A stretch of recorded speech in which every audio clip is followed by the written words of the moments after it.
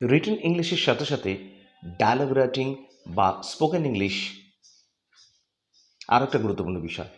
Dialogue writing মানে কথোপকথন বিভিন্ন বিষয়, যেমন বন্ধু বন্ধুর মধ্যে কথোপকথন, টিচার বা ছাত্রের মধ্যে কথোপকথন কথোপকথন বা মা ছেলের মধ্যে কথোপকথন ইত্যাদি জিনিসগুলো থাকতে পারে। অনেক পাঠ্যপুস্তকে থাকে, অনেক এমনি নর্মাল সিলেবাসে এগুলো থাকে। প্লাস স্পোকেন ইংলিশ বলার সময় আমাদের এগুলো প্রচুর কাজে লাগে, বাড়িতেও কাজে লাগে এবং অফিসেও কাজে লাগে। কারোর অনুরোধে এগুলো মাথায় রেখেই ডায়ালগ রাইটিং আজকের ক্লাসে দেওয়া হলো। আশা করি এ ধরনের ডায়ালগ রাইটিংগুলো একদিকে স্কুলের বা কলেজের ছাত্রছাত্রীদেরও যেমন কাজে লাগবে, অন্যদিকে প্রফেশনাল জীবনে যারা আছেন, অফিস কাছারি বা স্কুল ইত্যাদি জায়গাতেও বা সমাজের বিভিন্ন জায়গায় সোসাইটিতে তাদের স্পোকেন ইংলিশ বলতেও এগুলো সাহায্য করবে। রিটেন ইংলিশে যেমন পুরোপুরি গ্রামাটিক্যাল কথা চলতে হয়, লিখতে হয়, ডায়ালগ রাইটিংয়ে অনেক ক্ষেত্রে সেগুলো লেখার দরকার লাগে না। তাই স্পোকেন ইংলিশ রিটেন ইংলিশে যেমন পুরোপুরি গ্রামাটিক্যাল কথাগুলো বা গ্রামারের যে এক্সপ্লানেশন পুরোটা যেমন লিখতে হয় সেগুলো মাথায় রেখে, তেমন ডায়ালগ রাইটিং বা স্পোকেন ইংলিশে অনেক সময় সে ধরনের কথাগুলো নাও লাগতে পারে। যেমন রিটেন ইংলিশে যদি জিজ্ঞেস করা হয়, have you bought the pen, তার অ্যান্সারটা হবে yes I have bought the pen. কিন্তু স্পোকেন ইংলিশে কেউ যদি জিজ্ঞেস করে have you bought the pen, তখন অ্যান্সারটা এভাবে দেওয়া যায়, ইয়েস আই হ্যাভ। ওই যে বট কথাটা তারপরে আর না লিখলেও চলে অত ডিটেলসে। এভাবেই স্পোকেন ইংলিশে বা ডায়ালগে শর্টে উত্তর দিতে হয়। এটাই রীতি স্পোকেন ইংলিশ বা ডায়ালগ রাইটিংয়ে লেখার সময়। এইরকমই মা আর ছেলের মধ্যে একটা সাধারণ কথোপকথন, বাড়ির মধ্যে যেরকম কথোপকথন বা কনভারসেশন হয়, সেরকম একটা কনভারসেশন আজকের ক্লাসে দেওয়া হলো। আশা করছি এই কনভারসেশনগুলো থেকে বিভিন্ন রকমের ইংরাজির সেন্টেন্স বলা বা লেখাতে প্রত্যেকেরই অনেক অনেক সাহায্য করবে। তাহলে চলো আর দেরি না করে শুরু করা যাক আজকের ক্লাসটা। প্রথম সেন্টেন্সটা দেখো, এখানে মা বলছে গুড মর্নিং রাজা। রাজা হচ্ছে তার ছেলের নাম। Good morning Raja, wake up, it's already 8 AM, don't you have your office today. সুপ্রভাত জানাচ্ছে, সুপ্রভাত রাজা, উঠে পড়ো। এখানে ওয়েক আপ, ওয়েক আপ মানে আমরা সবাই জানি, ওয়েক আপ মানে ঘুম থেকে উঠে পড়া, সেটাই বলা হচ্ছে ওয়েক আপ। ইটস অলরেডি 8 AM, আমরা জানি IT'এস, এই জায়গায় আমরা অনেক সময় ভুল করি, এইটা একটু প্রত্যেকে নোটিস করে নিতে বলবো। শুধু ITS ইটস এই কথাটার মানে হচ্ছে ইহার, আর IT'এস এই কথাটার পুরো অর্থ হচ্ছে ইট ইজ, মানে ইহা হয়। প্র্যাকটিক্যাল ফিল্ডে এইটা অনেক সময় আমাদের ভুল হয়ে যায়, তাই এটা নোট করে নিলে পরবর্তীকালে আর কোনো ভুল হবে না। ইটস অলরেডি 8 AM মানে এখন অলরেডি 8টা বাজে। Don't you have your office today, তোমার কি আজ অফিস নেই? এখানে ডু নট লেখার দরকার নেই, যেহেতু আমরা ডায়ালগ লিখছি, তাই ডোন্ট আমরা শর্ট ফর্ম কথাটা ব্যবহার করব। আমরা জানি প্রশ্নবোধক বাক্য তৈরি করতে হলে আগে অক্সিলিয়ারি ভার্ব নিয়ে আসতে হয়, সেই জন্য ডু নট বা ডোন্ট এই কথাটা আগে এনে তারপরে সাবজেক্ট বসিয়ে তারপরে এই প্রশ্নবোধক বাক্যটা তৈরি করা হয়েছে।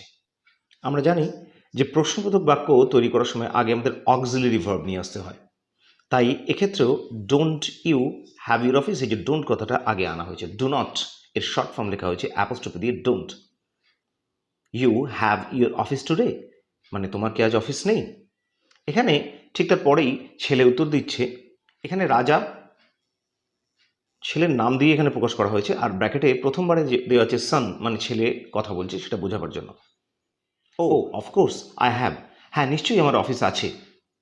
I think that I am going to be very late today, আমার মনে হচ্ছে আজকে আমি খুব দেরি হতে চলেছি বা আমার খুব দেরি হতে চলেছে। এই I am going to be very late এই কথাটা এভাবেই এখানে লেখা হবে। I am going to be late মানে আমার দেরি হতে চলেছে টুডে, আজ। তারপরে ছেলে আবার মাকে জানাচ্ছে গুড মর্নিং মাদার, অথবা কেউ কেউ মম বলে, সেই জন্য এখানে আরেকটা অপশানে লেখা হচ্ছে মাদার অথবা মম। পরের সেন্টেন্স দেখো, মা আবার বলছে here is your tea, when will you leave. মা তারপরে ছেলেকে বলছে এই যে তোমার চা। এখানে এভাবে এটা লেখা হবে হিয়ার ইজ ইয়োর টি, কথাটার মানে এই যে তোমার চা। এখানে হিয়ার মানে এখানে বলে আলাদা করে কোনো অর্থ হবে না, এই যে তোমার চা। মা যখন ছেলেকে চাটা দিচ্ছে তখন এভাবেই কথা বলছে হিয়ার ইজ ইয়োর টি। তারপরে দেখো ওয়েন উইল ইউ লিভ, এ কথাটার মানে তো আমরা সকলে জানি, লিভ মানে বেরোনো, মানে বাড়ির থেকে বেরোনোর কথা জিজ্ঞেস করছে। ওয়েন উইল ইউ লিভ, কখন তুমি বেরোবে বাড়ির থেকে, মানে অফিসে বেরোবে, সেটা মা ছেলেকে জিজ্ঞেস করছে। আমরা WH যে ওয়ার্ড থাকে সেটাকে আগে এনে প্রশ্নবোধক বাক্যকে তৈরি করলাম, কারণ আগে ওয়েন এই ডাব্লিউএইচ ওয়ার্ডটা বসিয়ে দেখো তারপরে অক্সিলারি ভার্ব বসলো, তারপরে সাবজেক্ট বসলো ইউ, এভাবেই তারপরে ভার্বটা বসলো। এভাবেই আমরা এই সেন্টেন্সটাকে বানালাম। ঠিক তারপরে এই উত্তর দিচ্ছে দেখো ছেলেরা, ছেলে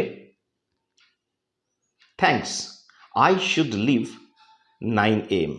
তখন ছেলে বলছে থ্যাঙ্কস মানে ধন্যবাদ জানাচ্ছে মাকে চাটা দেওয়ার জন্য, এবং তারপরে সে বলছে I should leave by 9 AM, আমার বেরোনো উচিত 9টার মধ্যে, সকাল 9টার মধ্যে।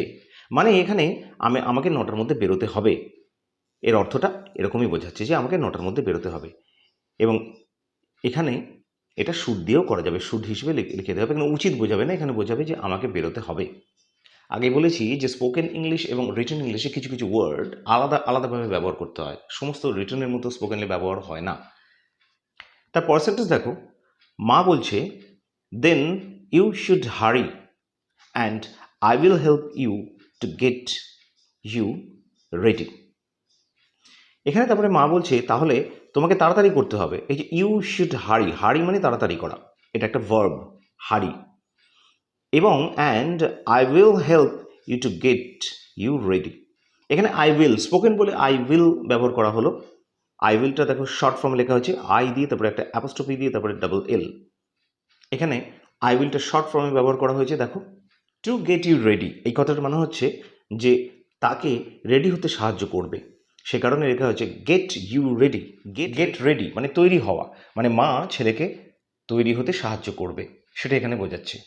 দেখো তারপরে তখন ছেলে জাস্ট থ্যাঙ্কস জানাচ্ছে, থ্যাঙ্কস মানে ধন্যবাদ মাকে জানালো। তারপরে সেন্টেন্সে দেখো মা বলছে what would you have in lunch today, মানে আজকে তুমি লাঞ্চে কি খাবে।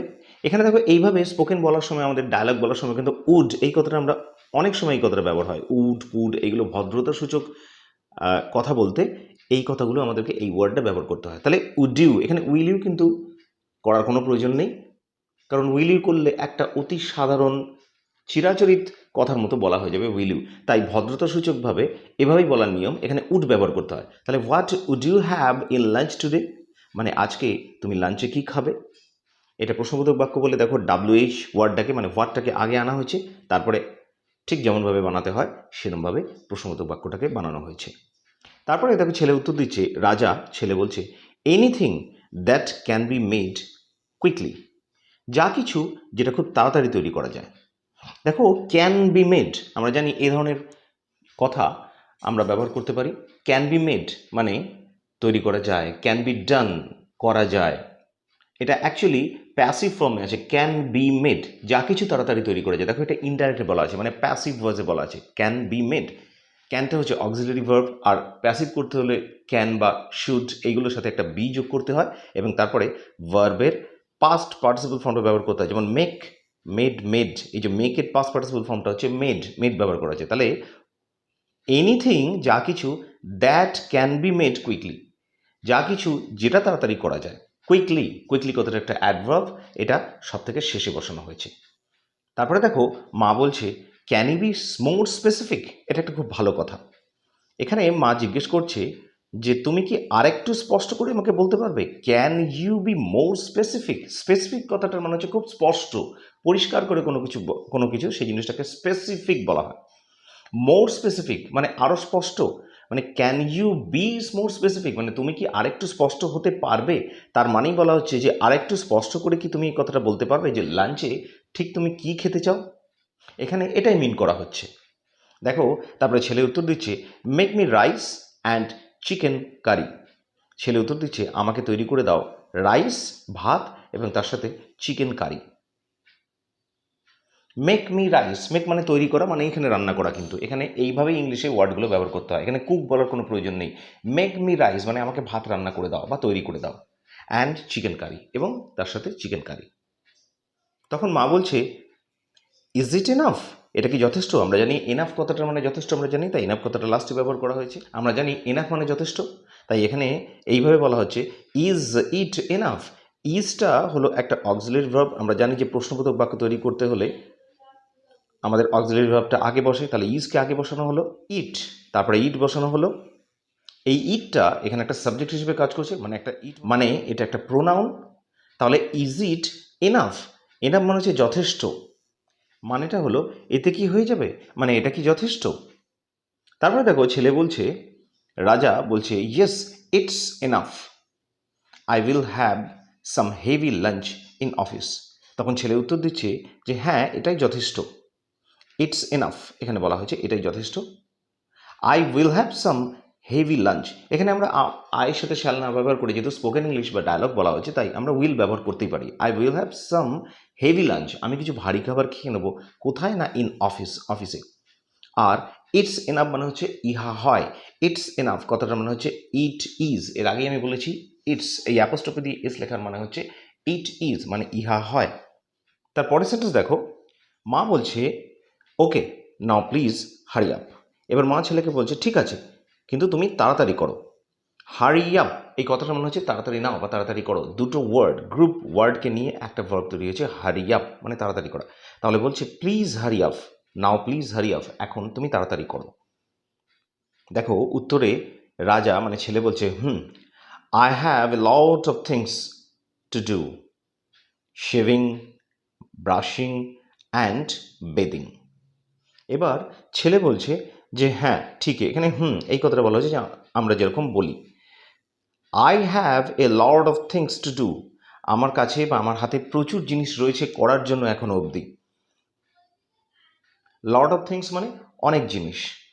কি কি করতে হবে না, শেভিং করতে হবে, ব্রাশিং করতে হবে অ্যান্ড বেইদিং মানে চান করতে হবে। এবার তার উত্তরে মা বলছে okay I am going to kitchen now to make your lunch. ঠিক আছে আমি এখন কিচেনে যাচ্ছি তোমার লাঞ্চ তৈরি করতে। দেখো এখানে একটা পূর্ণ সেন্টেন্স রয়েছে, I am going to kitchen, এই পার্টটা হলো প্রেজেন্ট কন্টিনিউয়াস টেন্সে বলেছে I am going to kitchen, am হচ্ছে অক্সিলারি ভার্ব, আই হলো সাবজেক্ট, আর গোয়িং হচ্ছে মেইন ভার্বের সাথে আইএনজি যোগ করা হচ্ছে, ঠিক যেমন আমরা রিটেন ইংলিশে করি সেরকমভাবে এখানে করা হয়েছে। I am going to kitchen, রান্নাঘরে যাচ্ছি, কিচেন মানে রান্নাঘর আমরা জানি। নাও মানে এখন, কি না তারপরে দেখো এখানে দেওয়া আছে টু কথাটা দিয়ে জোড়া আছে, টু মেক ইউর লাঞ্চ, তোমার লাঞ্চ তৈরি করতে। আমরা জানি পড়ে এসেছি যে তে এই ধরনের যদি কোনো ভার্ব যখন যোগ করা হবে, করতে, খেতে ইত্যাদি, এই যে তে দিয়ে কথা থাকলে বাংলা যখন যোগ করা হবে তখন সেটা টু দিয়ে যোগ করা হয়, আর টু এর পর সবসময় একটা ভার্বের প্রেজেন্ট টেন্স বসবে। তাই টু কথাটার পরে দেখো এখানে মেক প্রেজেন্ট টেন্স বসেছে, বর্তমান কাল। তাহলে টু মেক ইয়োর লাঞ্চ মানে তোমার লাঞ্চ তৈরি করতে, অর্থাৎ I am going to kitchen now to make your lunch, আমি এখন রান্নাঘরে যাচ্ছি তোমার লাঞ্চ তৈরি করতে বা খাবার তৈরি করতে। দেখো এবার ছেলে এখানে উত্তর দিচ্ছে, বলছে ওকে set the table at 8:30, or দেখো এখানে স্ট্রোক দিয়ে করা আছে, অপশানে আরেকটা কথা বলা যায় make my lunch ready at 8:30। তখন ছেলে উত্তরে বলছে যে ঠিক আছে খাবারটা 8:30 মধ্যে রেডি করে দাও। এখানে রেডি করে দাও মানে সেট দ্য টেবল, আমরা এই কথাটা ব্যবহার করতে পারি স্পোকেন ইংলিশে বা ডায়ালগে, আমরা এই কথাটা ব্যবহার করতে পারি সেট দ্য টেবল অ্যাট 8:30, কথাটার মানে কিন্তু যে খাবারটা রেডি করে দাও। নয়তো বা এটাও বলা যায় make my lunch ready at 8:30, আমার লাঞ্চটাকে রেডি করে দাও বা তৈরি করে দাও 8:30-তে। লাস্ট দেখো এখানে মা উত্তর দিচ্ছে ওকে মানে তাই হবে। স্টুডেন্টসরা আজকের এই ডায়লগটা দিয়ে আশা করি ডায়লগ কিভাবে লিখতে হয় বা বলতে হয় বা স্পোকেন ইংলিশে কী ধরনের ওয়ার্ডস ব্যবহার হয় তার সম্পর্কে অনেকটা ধারণা তোমাদের হয়েছে। এই ধরনের ক্লাস ডায়লগ রাইটিংয়ের ওপরে রিটেন ইংলিশের জন্য এবং স্পোকেন ইংলিশের জন্য আমি আরও ডিজাইন করব, এরপরে নিশ্চয়ই তোমাদের সেগুলো অনেক কাজে লাগবে। পাশে থাকতে সকলকে অনুরোধ করছি। আজকের জন্য এতটুকুই, আবার দেখা হচ্ছে নেক্সট ক্লাসে। Thank you.